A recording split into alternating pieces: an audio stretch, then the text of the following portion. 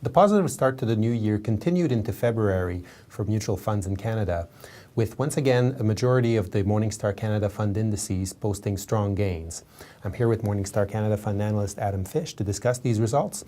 Now Adam, it was another strong month with 20 of the 24 fund indices, as I mentioned, being in positive territory, but it was a fairly volatile one.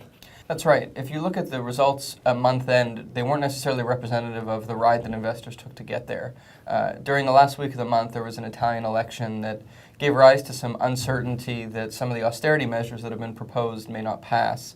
Investors reacted very negatively to it for a couple of days, but then rushed back into the markets right at the end of the month. And we actually saw the European equity fund category still ended, as you said, with a positive return, 0.8%, but it was its worst return since July of last year, its worst monthly return. Now, on the other hand, we saw some strong gains from the Asian equities and the US equities. Yeah, well, those are an example of currency effect really coming into play.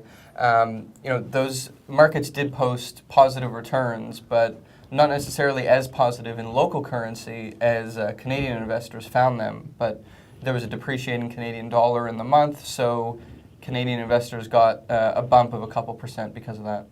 Now, switching to domestic equity funds, we saw, again, as we saw in the last several months, good returns in absolute terms. The large cap equity categories all gained over 1.5%. Now, that's nothing to sneeze at, but it still trails the international categories.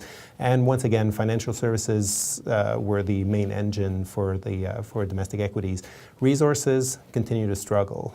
Yeah, well, that was really the reason why some of the Canadian categories trailed some of the other economies globally. Canadian economy is, of course, heavily reliant on resources, and this is a month that oil dropped about 5%, West Texas crude, gold dropped about 10%, and those are big drivers for a lot of Canadian companies. So when those struggle, then it's going to be hard for the Canadian economy to keep up. And as a matter of fact, the two fund categories that target those sectors, precious metals equity and natural resources equity, once again at the bottom of the rankings this month.